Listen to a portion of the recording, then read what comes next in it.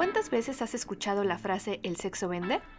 Es verdad que cierta idea de lo que representa la sexualidad ha sido rentable para las marcas y los medios de comunicación, debido a que en muchas ocasiones se explota la imagen del sexo como algo que se aleja de la realidad. En general, se habla muy poco del placer de los hombres y de cómo éste puede ser expresado sin estereotipos relacionados con la edad, la orientación sexual o la imagen que dan ante el mundo. ¿Qué pasa con el placer sexual de los hombres? Hola, ¿cómo están? Bienvenidos a Tonske, qué gusto que me acompañen en este programa el día de hoy. Vamos a hablar acerca del placer sexual de los hombres. Ya tuvimos la contraparte de este programa en ocasiones anteriores para hablar de las mujeres, pero el día de hoy es un tema que viene, si bien también cargado de tabús, con una serie de connotaciones bastante interesantes, porque ¿qué obliga a los hombres a explotar su sexualidad de una manera incluso exacerbada? Me acompaña Gibray Hurtado. Bienvenido, Gibray. ¿Qué tal? Mucho gusto. Muchas gracias por venir este día al programa. Él es sexólogo, entonces, pues, ¿quién mejor para platicar de estos temas? Vamos a comenzar con la pregunta obligada, Gibray. Tú que tratas de manera clínica y también de terapia este tipo de temas, ¿qué problemas principales ves hacia la sexualidad de los hombres? Pues mira, hay bastantes. Uno de los grandes temas que llegan a tener es el temor a desempeño, el sentir que tienen que hacer ciertas cosas. Social, culturalmente se ha venido manejando como estas ideas, ¿no? De es que el hombre tiene que satisfacer cumplir, como se la dice, pareja, ¿no? tiene que cumplir, tiene que tener un pene enorme, siempre tiene que estar erecto, o sea, todas estas ideas, y es como si le fueran cargando cosas, y si el pene está así directo, lo va bajando, ¿no? Okay. Porque son muchas ideas de las que creen que tienen que hacer ese tipo de cosas. Entonces, me parece que está también muy genitalizado. En los varones lo que ocurre es que todo su placer lo centran en el pene y así cuando mucho en el escroto, ¿no? Porque creen que solamente tienen placer y si los acarician en otra parte o ya no digamos nada del punto P que estábamos mencionando hace un momento, pero bueno, las nalgas, las piernas, se olvida y es como de, pues no, es que es muy focalizado en el pene. ¿Qué es el punto P? El punto P es el del periné, es estimulación de próstata, puede ser de estimular por fuera, que sería en el periné, o por dentro, que sería estimular la próstata aproximadamente 4 o 5 centímetros. Se puede llegar a tocar, pero bueno, hay muchos miedos, prejuicios y muchos tabús en relación a eso, ¿no? Porque es de, híjole, pues me va a cambiar la orientación sexual, ¿qué tal si me gusta? ¿Qué tal si no sé qué? Y bueno, ahí se sigue, ¿no? ¿Y estas ideas vienen desde que los hombres son pequeños o se van construyendo a lo largo de su vida? No, se van construyendo a lo largo de su vida. O sea, muchas veces en el entorno, con la familia, con los amigos, con la pornografía, con lo que dice el compadre, la comadre, o sea, prácticamente todo socialmente, el niño va aprendiendo y va diciendo, ok, entonces si yo tengo esto, significa que soy tal cosa. Apenas había un paciente que tenía muchas dudas en relación a su orientación sexual, porque decía, pues es que a mí sí me gusta tener encuentros sexuales con hombres, me gusta que me penetren, pero, híjole, pues yo no me siento homosexual. O sea, yo tengo mi esposa y, bueno, yo me la paso muy bien con ella, yo la amo. O sea, sí me gusta coger con hombres, pero yo tengo a mi esposa. Hay una clasificación que se llama HSH, significa hombres que tienen relaciones sexuales con otros hombres, pero no se asumen como homosexuales. Okay. Entonces, con este tipo de hombres, cuando le dije que existían este grupo de personas, fue como de, entonces no soy homosexual. Y dices, pues una práctica no va a determinar una orientación o una preferencia sexogenérica. Y ahora, enfocándonos exclusivamente en el tema de placer, esto que mencionas es muy importante porque pareciera que solo los miembros de la diversidad son quienes disfrutan a plenitud su sexualidad, que pueden llevar a cabo estas prácticas, que se pueden sentir cómodos estimulando, de hecho como reconociendo su cuerpo. Pero ¿qué pasa con los hombres heterosexuales? ¿Por qué hay tanto miedo al disfrute y al placer de las relaciones? Fíjate que en términos de orientación o preferencia sexogenérica, realmente no hay tanta diferencia, ¿eh? A como tienen relaciones sexuales, por lo menos en consulta, y lo que me he dado cuenta es, como tiene relación sexual un homosexual y un heterosexual, no varía porque están construidos de la misma forma. Okay. Están siendo hombres muy similar. Algunos se permiten, pero se permiten tanto homosexuales como heterosexuales, que se permiten como el placer en todo su cuerpo, que sea algo más global, pero la mayoría, simplemente por hablar de una aplicación Grindr, hay preguntas obligadas como de dónde, cuándo, cuál es tu rol, y es de vamos a tener un encuentro sexual, literal, no hay como un previo, simplemente es como llegar, tenemos erecciones, nos tocamos, podemos penetrarnos y se acaba y bye. Entonces es algo totalmente limitado en encuentros sexuales. Sí, cañón. No creas que porque son homosexuales se permiten y exploran. No, realmente está bastante limitado. Me están diciendo aquí en cabina que qué aplicación era, que nos pasen el dato para que lo apunten. Pero bueno, esto que hablas sobre el previo, que es en donde mayor carga de emociones y de tensiones puede haber, no sé, en un masaje, en las caricias, etcétera, ¿cómo está presente en nuestra sociedad? La sociedad nos enseña que tenemos que tener como ciertos orgasmos, que tenemos que llegar a una meta, a la bandera de cuadros. Entonces, las personas socialmente aprendemos que tenemos que llegar allá, entonces nos olvidamos de todo ese camino, ¿no? Y es como de, tengo que llegar a ser multiorgásmica, a tener una eyaculación femenina, a eyacular litros de leche, prácticamente como todas estas ideas, todo esto que se va creyendo. Y realmente no pasa de esa manera. Y la bronca está que hay que regresar otra vez. Cuando llegan a consulta con estas ideas, con estas fantasías, hay que deconstruir toda esa información que no está siendo funcional y enseñarles ciertas cosas. Explicar cómo todo ese camino, pues, favorece. Y no es algo que se me acaba de ocurrir ahorita, no hay una respuesta sexual humana, la cual te va guiando con este estímulo sexual efectivo, esta excitación, y luego ya empieza la meseta. Y en ocasiones ni siquiera se tiene que presentar una penetración, o sea, no es necesario. Pero en las sociedades piensan que si no va a haber una penetración, no tuvieron relaciones sexuales. Claro. Y eso entonces, cuando tú haces esta deconstrucción, ahora sí que cambiar la idea que traen en mente, ¿qué camino pueden seguir? Es decir, ¿qué consejos les puedes dar para que esto cambie? Fíjate que no soy como muy partidario como de decir, voy a dar consejos. Okay. Más bien, hay como ciertas sugerencias que cada persona las va a seguir, ¿no?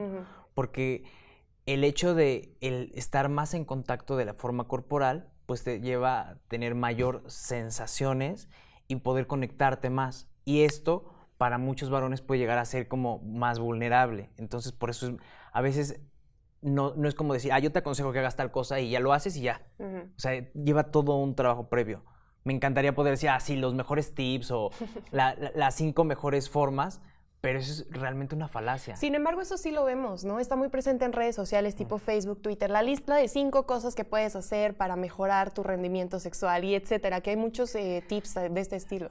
La bronca está que la sociedad es muy de buscar las cosas de forma inmediata. Yo no estoy teniendo erección, me tomo la pastilla azul. Yo estoy teniendo esto, voy y compro tal cosa. Y es como mucho estímulo-respuesta y realmente no funciona así. Claro. Si realmente quieren un cambio o es un proceso sexoterapéutico fundamental. O sea, no podemos decir, sí, yo te voy a dar tal consejo, trata de quitarle atención a tu pene y focalízalo en todo tu cuerpo. Y dices, sí, y lo van a hacer, pero de todas maneras no funciona, porque la idea va a ser, es que yo soy hombre a partir de un pene erecto que tengo. Claro. Entonces, por eso te digo, consejos y tips, híjole, hay ciertas sugerencias, pero como tal, no funcionan de nada si no deconstruye ciertas cosas, si no aprende a tener una nueva masculinidad, si no aprende que no tiene que estar complaciendo o tiene que estar teniendo estas características para complacer a la persona. Por supuesto. Entonces, es difícil eso de... Y qué bueno que lo dices, porque entonces podemos entender que esta idea de que si sale un tipo en televisión a decirte haz esto y haz lo otro, pues está chafísima, ¿no? No, pues es como... No sé, me imagino como una persona que es... adivina que dice, claro, va a pasar esto, y dices, güey, o sea... Si te preguntan acerca de, no sé, infidelidad o celos, es algo multifactorial, o sea, hay un buen de razones, pero a veces les encanta decir como, claro, puede ser por esto y esto y esto. Sí, hay 80 cosas. Y la historia de vida y el entorno y la cultura, y depende de muchos factores. O sea, si yo leo una investigación en Inglaterra, evidentemente no aplica aquí. Claro. Pero a veces las personas les encanta, la traducimos y es lo mismo. Dice, sí, no somos igual que los ingleses. No tienen el mismo pene los mexicanos que los ingleses. Para empezar, y aparte la idea, la conformación del ser hombre es muy diferente. Claro. Y esto que hablas de la nueva masculinidad, entonces, ¿qué implica? Pues estar más en contacto con tus emociones, identificarlas, expresar más, ser claros cuando hablamos. En ocasiones los varones llegamos a reprimirnos cosas, a no decir, a callarnos. Y es difícil decir, ¿sabes qué? Me siento triste, voy a llorar o estar en contacto con estas emociones, ¿no? Y si alguien lo está, híjole, es débil o no puede o se empieza a juzgar. Claro. Entonces es como quitar muchos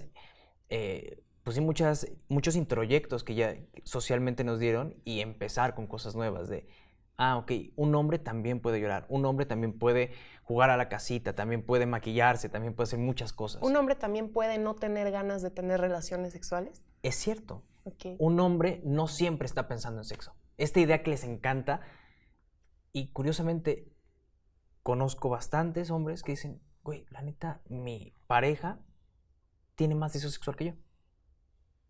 Entonces, es como quitar todas estas ideas de, es que el hombre siempre tiene ganas, el hombre siempre no sé qué. Claro. Y no es cierto, o sea, realmente no pasa de esa manera. En algunos hombres sí, puede ser, pero no necesariamente. Lo mismo que en algunas mujeres sí la edad del sexo. O sea, no Exactamente. importa en realidad el género, quizá en el que tú estés, o la preferencia sexual en la que te identifiques, simplemente va de gustos, a mayor sexo o menor sexo. Y esta idea de la pornografía, ¿los hombres es verdad que ven más porno? Híjole, las últimas estadísticas, hay algo que ocurre, y me parece que eso también es un sesgo en ciertas estadísticas. Si yo te hablo de sexualidad, yo como varón tengo más permiso, por lo menos social, de decir, fui infiel, o hice esto, hice aquello, y cositas así. Me masturbo, bla, bla, bla. Y las mujeres, a veces hay más dificultades, y es de, híjole, yo me masturbo, sí, pero no lo digo. Por ejemplo, cuando estaba dando clases en prepa o en universidad, era muy frecuente que, o sea, ya solas era, bueno, sí me masturbo, pero me da pena porque van a decir, no sé qué. Y los hombres... Eres un desviado. No, los hombres sin bronca lo dicen.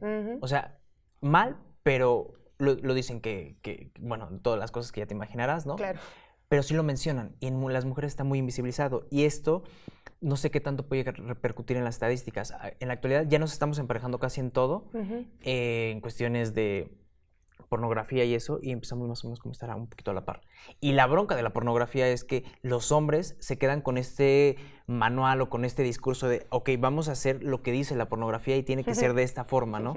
Y es como si fueran sus maestros, y es como si yo quiero aprender a manejar y me ponen película Rápido y Furioso, ¿no? Es como, güey, o sea, no les queda claro que eso es ficción, o sea, no hay una pantalla verde, hay un detrás de cámaras, hay personas que les están estimulando el pene para que no pierdan erección, hay un buen de cosas, pero las personas dicen, ah, claro, si él o ella lo está haciendo, entonces yo también puedo. Y ahí es donde ocurre todo un problemón. Que además este tipo de ideas se quedan en una clarísima de la penetración constante Como y taladro. todo el tiempo, ¿no? Y también cuál otro podríamos encontrar. Quizá esta idea de que la violencia, el uso de violencia. Cuando hablamos de placer, y por ejemplo estábamos en el programa con las mujeres, viene con una connotación de violencia, porque el placer de las mujeres ha sido acallado por condiciones históricas muy particulares, pero en el caso de los hombres, tú me comentabas previo al programa, no ha sido así, que incluso esta sexualidad se suele enarbolar, por así decirlo. Pues simplemente, si yo llego siendo varón a casa diciendo que tengo 2 novias, me van a aplaudir. Oye, si yo soy una mujer... nos tenemos que quedar con esta idea por el momento.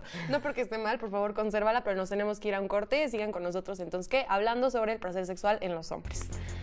Oye, sí, me parece bien, hijo, ¿tienes 2 novias?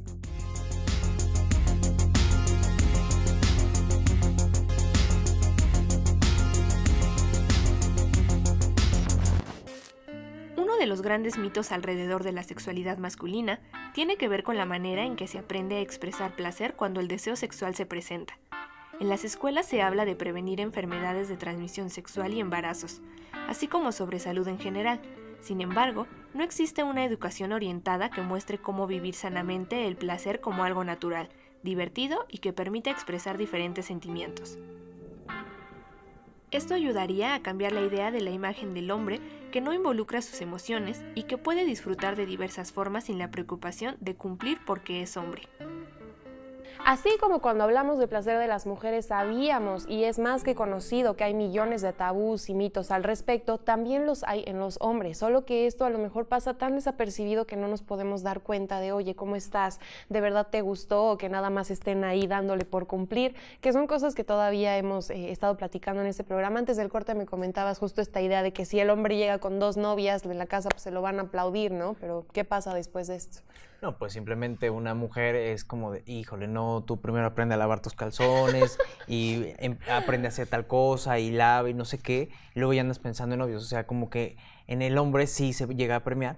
Evidentemente ahorita en la actualidad pues hay muchas familias ya modernas que empiezan a lograr esta equidad, ¿no? Pero también hay muchas que es como de, híjole, tú mujer, si quieres salir, no puedes.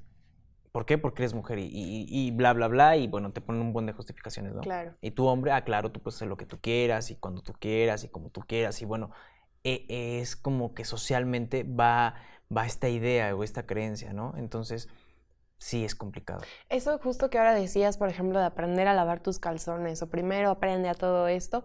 En el placer es un mito que, por ejemplo, en las escuelas te hablen de educación sexual, pero siempre orientado a salud. El uso del condón, Prevención. el uso de... Exacto, prevención, ¿no? Pero en el placer no. Entonces, eso también se puede aprender, pienso yo. Sin duda alguna. Y lamentablemente, pues estamos en sociedades bastante... ¿cómo decirlo de una forma políticamente correcta? Creí que le iban a poner el pi. Pues muy conservadoras. Claro. Y la bronca de eso está que, híjole, sí, puedes hablar de sexualidad siempre y cuando sea ITS, siempre sea uso de condón, Embarazo adolescente, proyecto de vida. Y estas ideas de los años 70 que vamos a enseñar que, híjole, si tienes una relación y no te pones condón te vas a morir por VIH. Y dices, sí, me tomo 2 chelas y ya se me olvidó. Claro. Entonces, sigue como esta idea a veces muy latente de educar en función de la prevención de esto. Difícilmente se les habla de placer, porque las instituciones es como, no, placer no. Y yo diría, si les enseñamos del placer y empezamos a quitar esta atención tan marcada en el pene, podrán descubrir formas de placer y no necesariamente tener una penetración. Exacto. Muchas chavas me preguntaban en secundaria, es que fíjate que a mí me lastima, me desgarro, me sale sangre. Claro, si intentas meter un pene donde una persona no tiene una lubricación o no está excitada, pues lo único que va a pasar es un desgarre. Que además de esto de la excitación, pues viene por muchos factores. No es nada más que a lo mejor el chavo o la chava no te guste, sino que tienes la presión del tiempo. Que van a llegar y nos van a cachar. Exacto, sí, ¿no? Sí. Entonces, y luego en la secundaria, ¿qué pasa? Que te agarraron en el salón a fulanito y porque tenían 2 minutos para esto, pues no hay una construcción que te lleve a tener un ritual quizá que lleve a tu placer. Exactamente. Y bueno, y eso nada más hablando en un caso exclusivo entre hombre y mujer, ¿no? Claro. Por esta heteronormatividad. Pero si nos vamos de hombre y hombre, bueno, o sea, ahí está más difícil porque, bueno, ahí se ve mal, pero si alguien ve en el metro o está en la calle fajoneándose un hombre y una mujer, se permite, pero en hombres aún es un poco más complejo, ¿no? Claro. Y fíjate, en el corte comercial nos hacían una pregunta de este lado muy buena, que si el hecho de ver pornografía o mucha pornografía es malo. Pues mira, va a depender mucho con qué lente lo estás observando, ¿no? O sea, si tú ves y dices, mira, me excita, me gusta, sé que lo que estoy viendo es ficción, como ver una película de Harry Potter y pensar que vas a volar con la escoba y decir, bueno, eso no pasa. Que pueden usar su varita. Que puede ser su varita, pero realmente que quede claro, ¿no? Que es ficción. Si te das cuenta que eso, que son personas que son atletas o tienen ciertas características y por eso están haciéndolo, ¿no? O sea, si te queda claro que eso no va a ocurrir, sin bronca, no hay como un problema, ¿no? El problema está cuando empiezas a ver pornografía y no entiendes de nada, ¿no? Estos chavitos que empiezan a ver pornografía y la bronca es qué tipo de pornografía, porque sabemos que hay muchísimas categorías, etcétera. Y entonces yo empiezo a ver, y lo que entiendo de sexualidad empieza a agarrar pues sí, con una mirada totalmente diferente y distorsionada de lo real, y ahí es donde empieza a haber complicaciones.